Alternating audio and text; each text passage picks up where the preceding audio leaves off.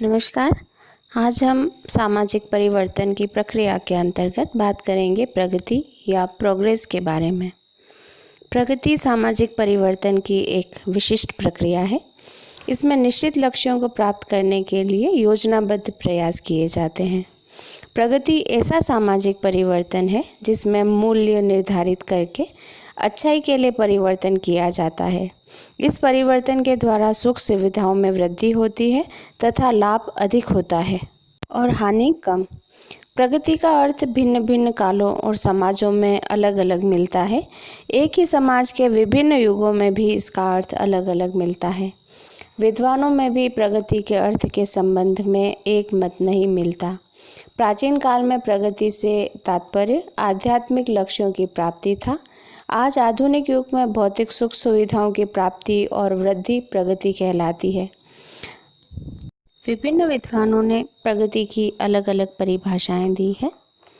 जैसे कि वॉर्ड ने कहा है, प्रगति वह है जो मानवीय सुख में वृद्धि करती है।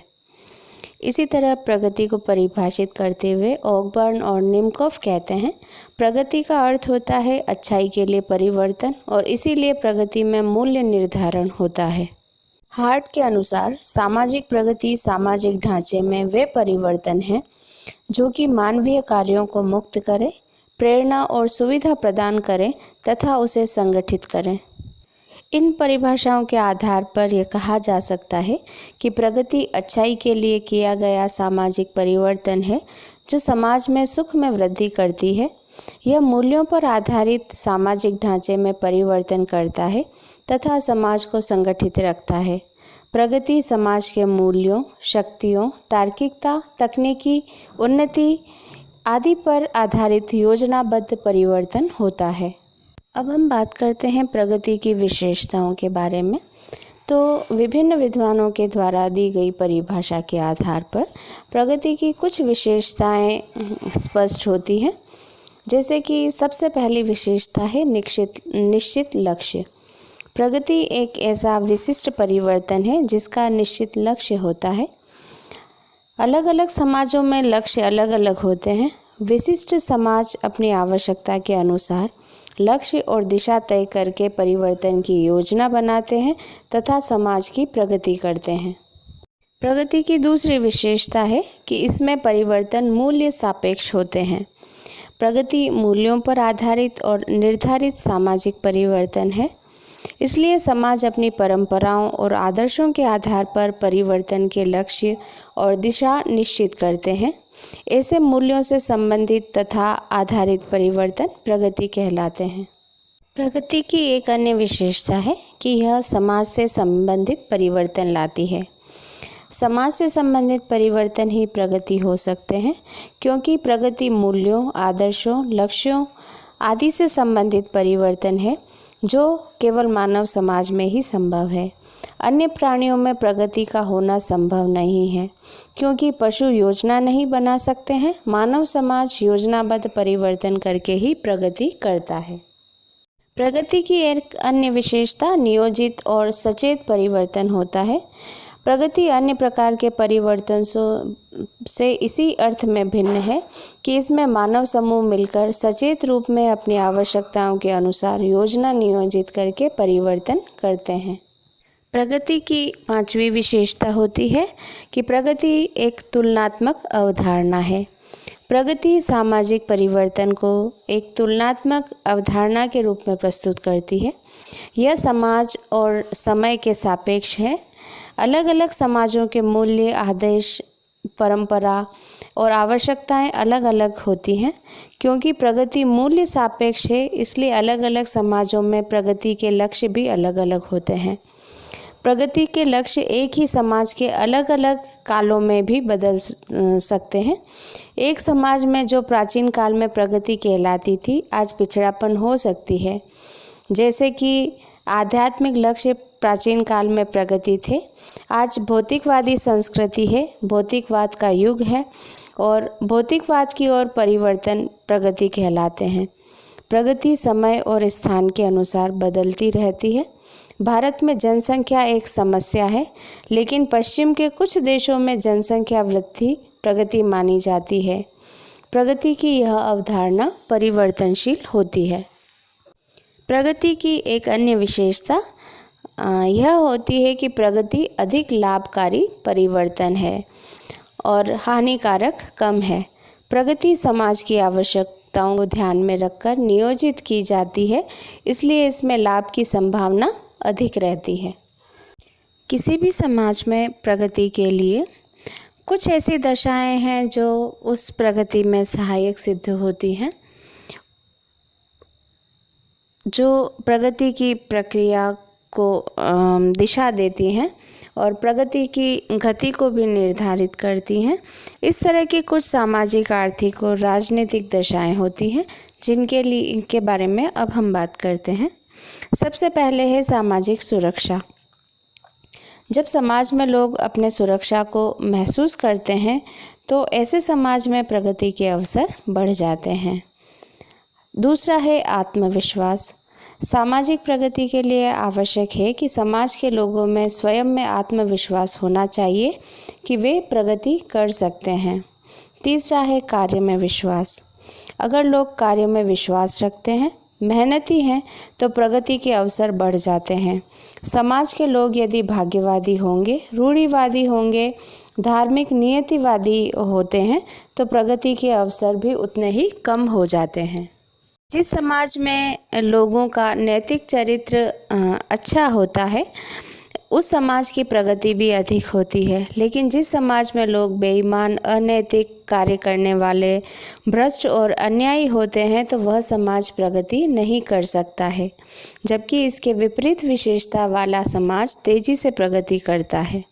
प्रगति को प्रभावित करने वाला एक और जो दशा है वह है शिक्षा का स्तर।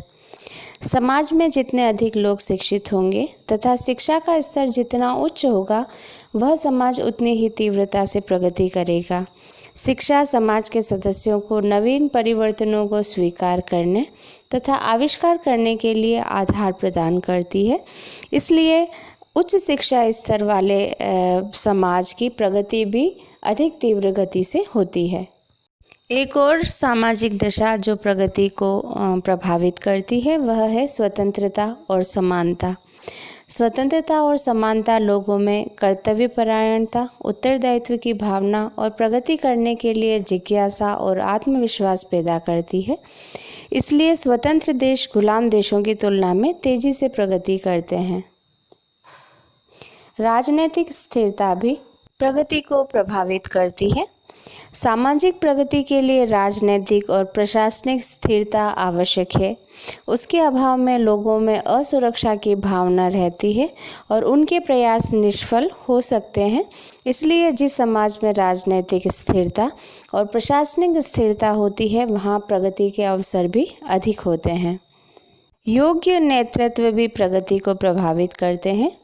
सामाजिक प्रगति के लिए आवश्यक है कि समाज के जनसाधारण को कोई दिशा निर्देश देने वाला हो, उनको त्याग और बलिदान करने के लिए तैयार करे तथा प्रगति के लिए तैयार करे, त्यागी और निस्वार्थ भाव से जनसाधारण का नेतृत्व करे।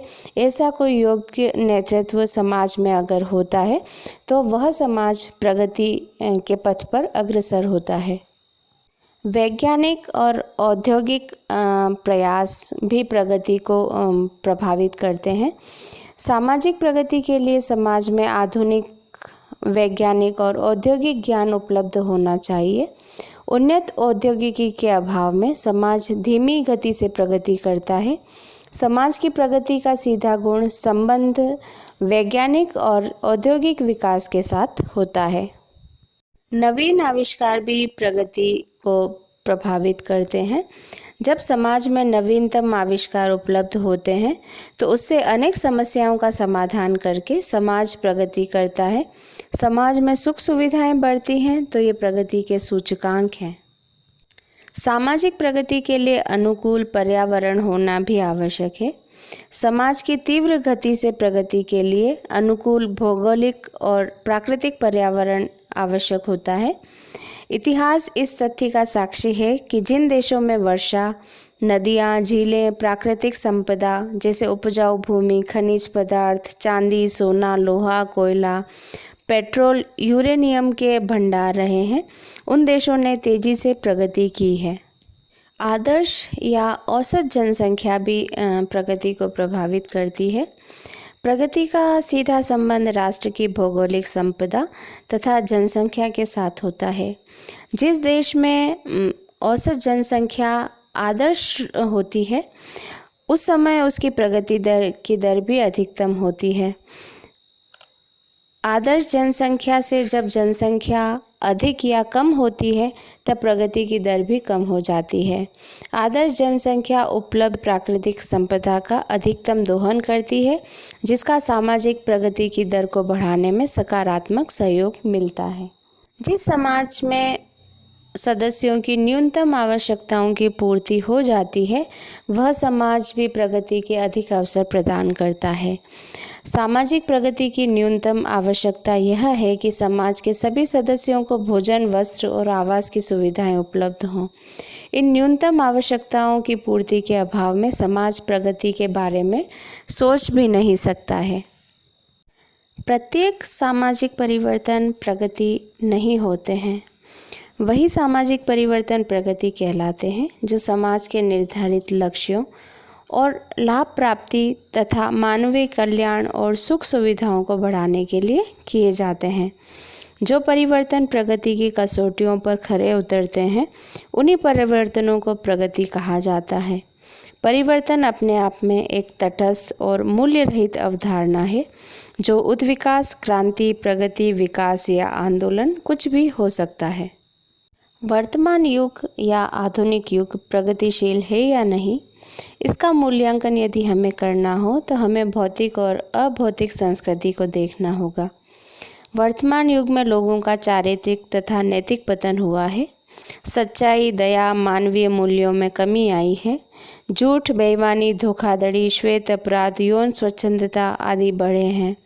इस प्रकार आधुनिक युग में अभौतिक क्षेत्र में प्रगति के स्थान पर अधोगति हुई है या प्रगति नहीं होकर उसका पिछड़ापन हमें यहाँ नज़र आता है। भौतिक सुख सुविधाओं, साधनों आदि की उपलब्धि के आधार पर आधुनिक युग में प्रगति हुई है।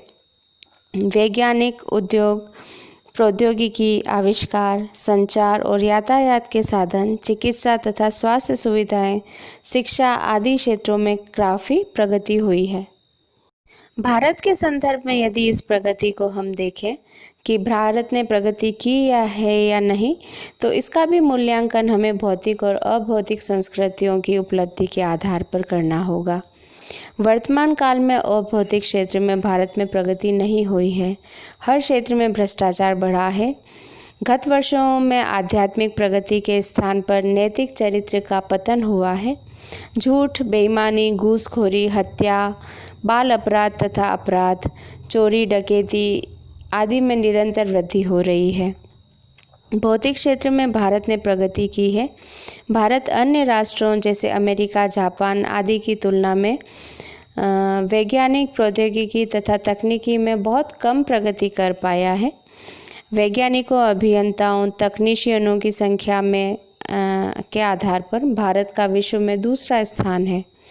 भारत के अनेक वैज्ञानिक, डॉक्टर, इंजीनियर विश्व के अनेक राष्ट्रों में कार्य कर रहे हैं। विकासशील देशों में भारत का स्थान प्रगति के आधार पर ऊंचा है। कई राज्यों, क्षेत्रों, जिलों आदि का भी विकास हुआ है, तो कई दूर दराज के राज्य काफ़ी पिछड़े हुए हैं।